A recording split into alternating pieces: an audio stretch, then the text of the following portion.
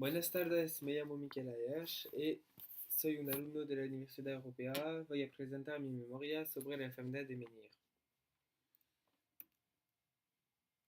Índice, tenemos todas las partes de mi memoria. Uno, enfermedad de Meniere. Dos, cosas posibles de la enfermedad, sintomatología, diagnóstico, tratamiento, caso de mi abuela y conclusiones. ¿Por qué he elegido este tema?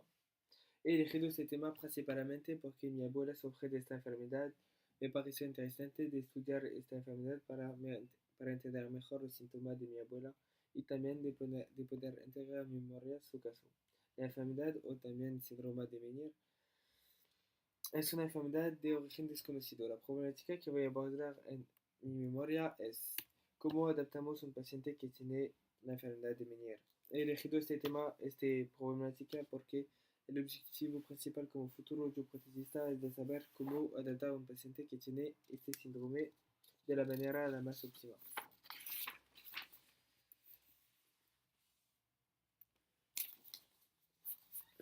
Enfermedad de Meniere. En esta parte voy a explicar de manera general la enfermedad de Meniere. Empiezo por la parte histológica. La parte histológica de la enfermedad de Meniere, que fue descubierta en 1861 por un médico francés que se llama Prosper Meniere.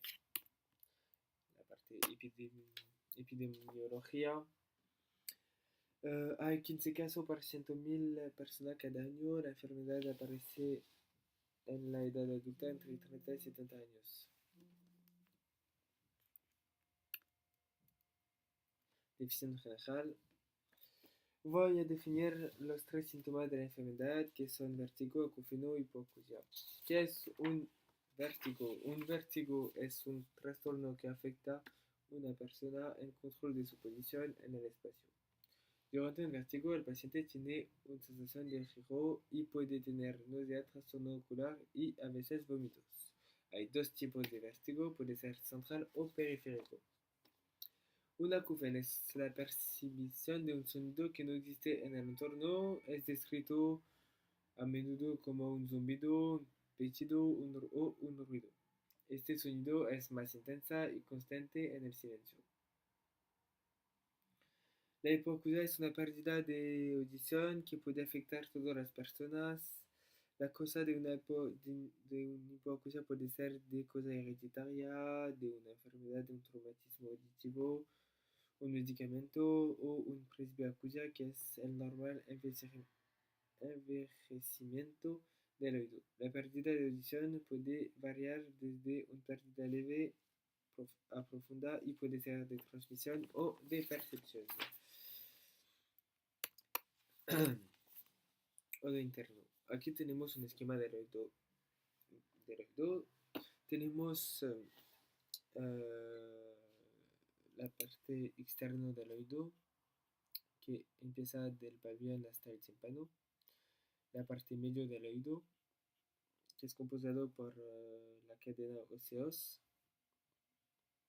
Y después del estribo tenemos la parte del oído interno, que es compuesto de tres partes: los conductos semicirculares, el vestíbulo y la cóclea, que es su forma de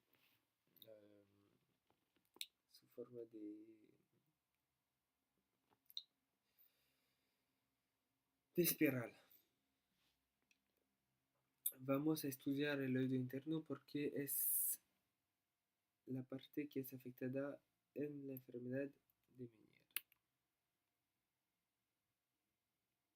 Aquí tenemos una sección a través de una espiral de la cóclea. Vemos que la cóclea es repartida en tres partes, en tres rampas. La rampa vestibular, la rampa media, la rampa timpánica. En la rampa media tenemos el órgano de Corti, que es el órgano responsable de la audición.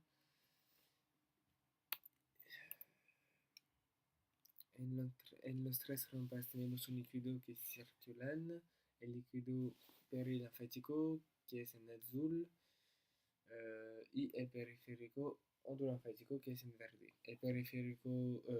El líquido periférico o el perilinfático Es composado principalmente por sodio y tiene un poquito de potasio. El inverso, el líquido endorafético, es composado por potasio y tiene un poquito de sodio. Aquí tenemos los conductos semicirculares que que son anterior, lateral y posterior. Cada uno corresponde a una posición en el espacio. En los conductos semicirculares se permite el equilibrio y a la base de cada conducto tenemos las ánforas que mandan las informaciones en el cerebro. En la parte central tenemos el vestíbulo que es compuesto por el utrículo y el sacúlo. El sacúlo es eh, la parte responsable de regular el volumen, la presión y de filtrar el líquido endorafético.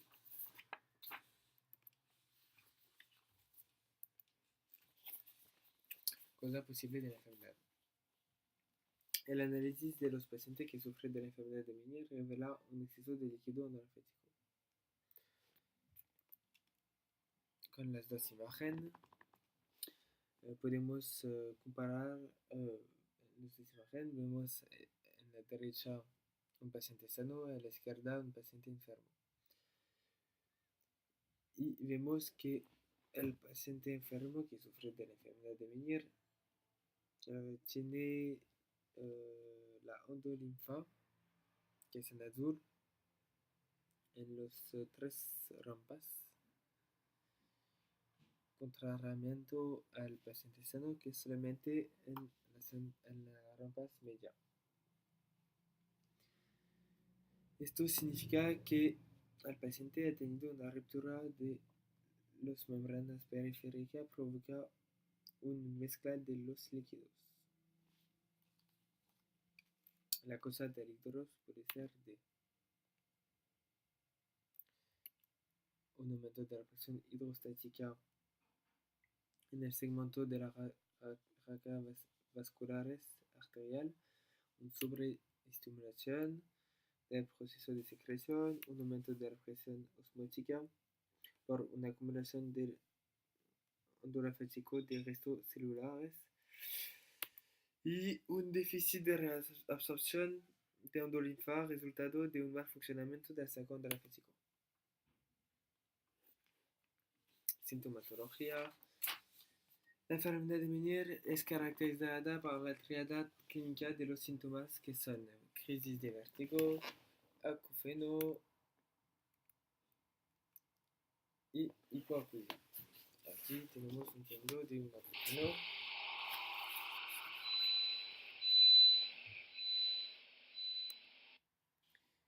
Y aquí tenemos el sonido de un paciente que tiene una audición normal.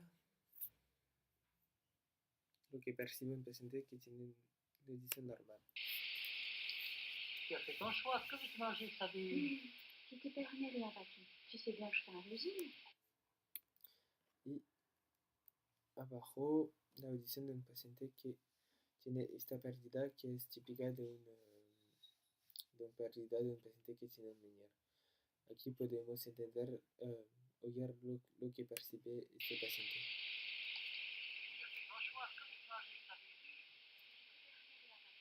Podemos ver que el sonido es más tapado que un paciente normal.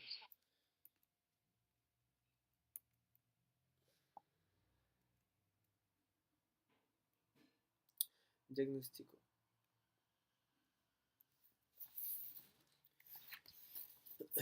El diagnóstico de un paciente que tiene Meniere pasa por diferentes etapas. La primera etapa es la análisis del paciente en función de sus síntomas. Podemos clasificar la etapa donde es el paciente. Aquí tenemos una clasificación posible. Segunda etapa, evaluación de los vértigos con la utilización de muchas pruebas. Podemos hacer las pruebas de organización sensorial que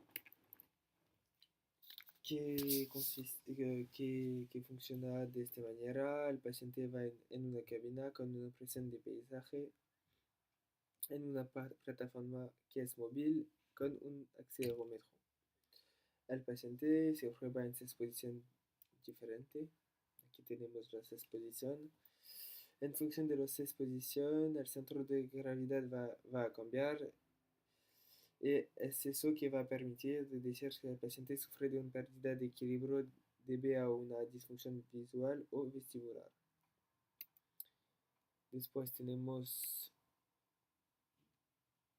la videonistagmografía, que funciona de manera simple. Colocamos unas gafas al paciente. Los gafas son equipados de un videocámara infrarrojo que es capaz de grabar los movimientos oculares en la oscuridad. Los ojos se iluminan con una luz infrarrojo y se produce una fijación de la mirada que inhibirá el reflejo que queremos registrar. Al paciente siguiente una luz aparece y desaparece. Esta prueba va a permitir determinar si los vértigos provienen del oído interno. Tenemos también el VPPB. Es el mismo concepto que el otro, pero el paciente no debe seguir una luz. El otorrino mueve su cabeza, que producirá un movimiento compensatorio de los ojos. La prueba calorífica es una prueba que se puede hacer con agua o aire. El estímulo con aire frío o caliente en el oído produce un movimiento de los ojos. Sobre los pacientes sanos no hay movimiento de los ojos,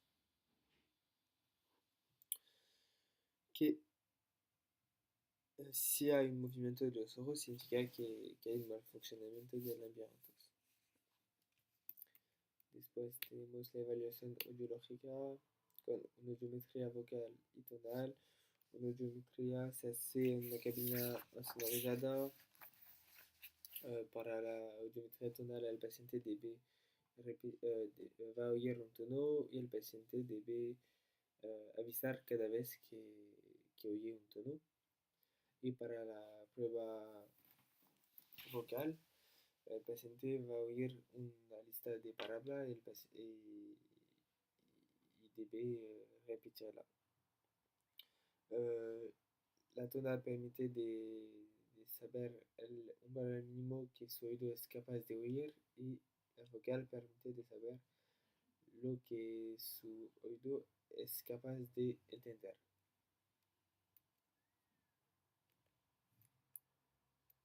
Aquí tenemos un audiograma normal. Vemos que es entre 0 y 20 decibelios. Y aquí un audiograma de un paciente que sufre de Meniere en el oído derecho. Vemos que el gap es de menos de 10 decibelios, significa que el paciente tiene una hipoacusia de percepción. Y vemos que la pérdida es concentrada en los graves. Aquí tenemos diferentes curvas posibles de logometría. Para un paciente que sufre de Meniere, tiene una curva azul que es un hipoacusia neurosensorial coclear.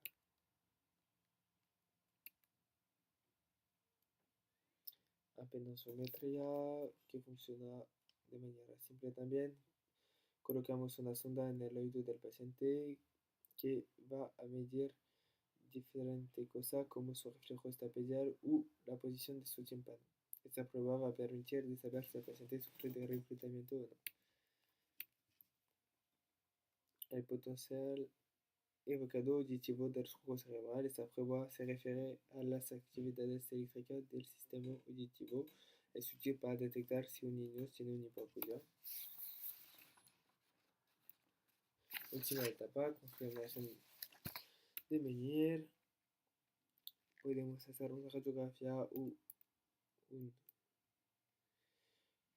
tomografía axial que permite al médico de observar mejor el oído interno del paciente.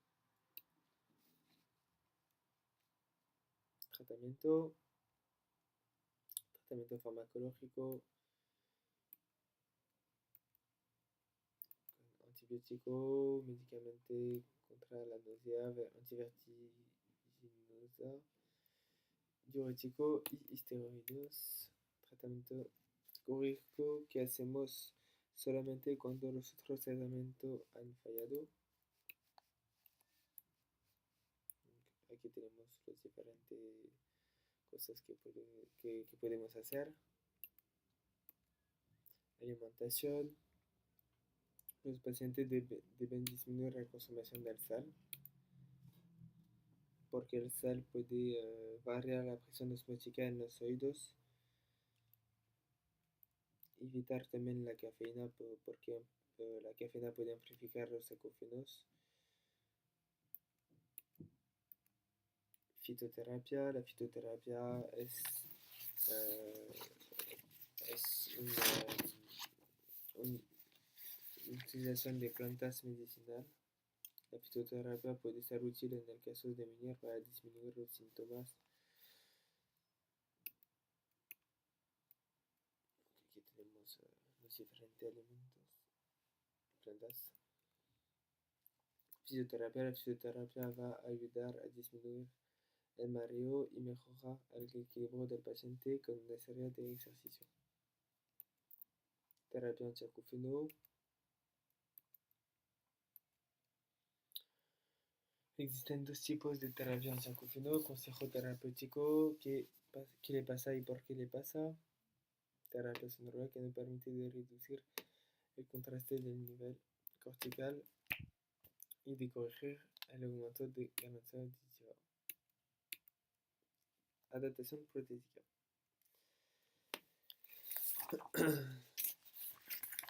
La adaptación protésica en el caso de la enfermedad de Meniere es muy difícil porque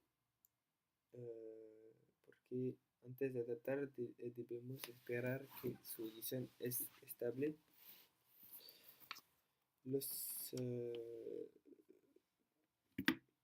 Porque no debemos adaptar a un paciente durante su crisis porque su audición no es estable. Debemos elegir un audífono que es retroauricular para tener la posibilidad de poner programa y también un potenciómetro porque es importante para los pacientes que tienen un rango dinámico estrecho. Podemos poner también un programa antiacúfeno que es un programa muy reciente y que van a se confundir con los acúfenos para que el paciente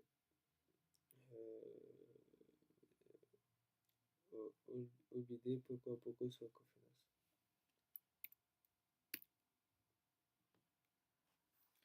El caso de mi abuela, la historia clínica de mi abuela. Aquí vemos que los síntomas han empezado en 2001. Mi abuela ha tenido 5 crisis de más de 20 minutos. Sintomatología. Donc aquí vemos que mi abuela ha tenido 2 crisis de más de 20 minutos. Tiene un acúfeno en el oído izquierdo y un hipoacusia en los dos oídos, que es un poquito más importante en el oído izquierdo. Diagnóstico. Aquí vemos el diagrama. Como he dicho, el oído izquierdo es un poquito más importante que el oído derecho. Vemos que el rango dinámico es estrecho y vemos en el oído izquierdo que tiene una curva típica de un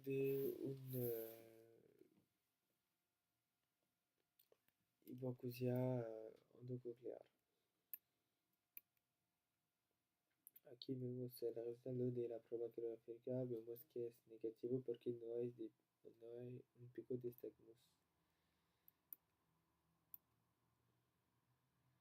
Aquí tenemos el resultado de la VPPN, en visto de los resultados de los nistagmos durante el movimiento de la cabeza, podemos diagnosticar la presencia de vértigo posterior y lateral derecha. Es un vértigo posicional.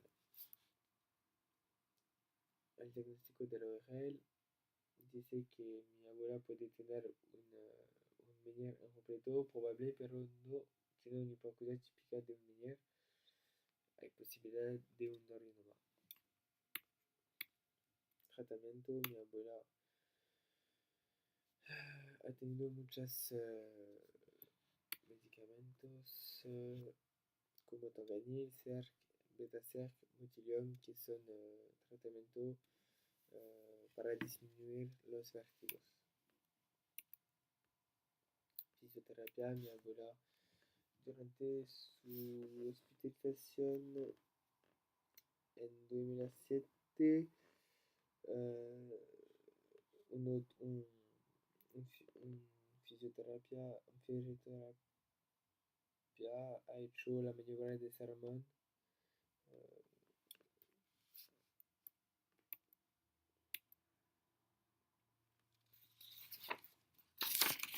Conclusiones. Es una enfermedad muy difícil. Hay muchas hipótesis sobre su causa, muchos síntomas, pero pocas soluciones. Es una enfermedad estresante porque hay presencia de acógenos que, que, que es muy difícil para un paciente y el paciente puede tener una crisis de vértigo a ningún momento. Y también para la parte audiológica, para adaptar una prótesis, debemos esperar la estabilidad de su audición, debemos elegir en el mejor de los casos un audífono retroauricular, primero porque no debemos amplificar el efecto de oído tapado y también para tener una posibilidad de tener un potenciómetro y para tener también la posibilidad de tener muchos programas. Debemos bien avisar al paciente de no poner los audífonos si hay una crisis de vértigo y también antes de hacer un audífono debemos preguntar al otorrino si el paciente es estable. Aquí tenemos la bibliografía, agradecimiento. Voy a agradecer principalmente toda la equipa pedagógica de la Universidad Europea de Madrid para su enseñanza y su soporte, el equipo del Centro Auditivo por su bienvenido y agradecer prácticamente la persona que el tutor de mis prácticas, el otorrino Abenmoa por sus ayudas y también el señor Esteban, que es el tutor de mi práctica, por su seguimiento y su ayuda durante mi práctica. Y en último, señora Nuria, mi profesora principal, por su corrección y su recomendación para mejorar mi memoria durante toda la preparación de mi memoria.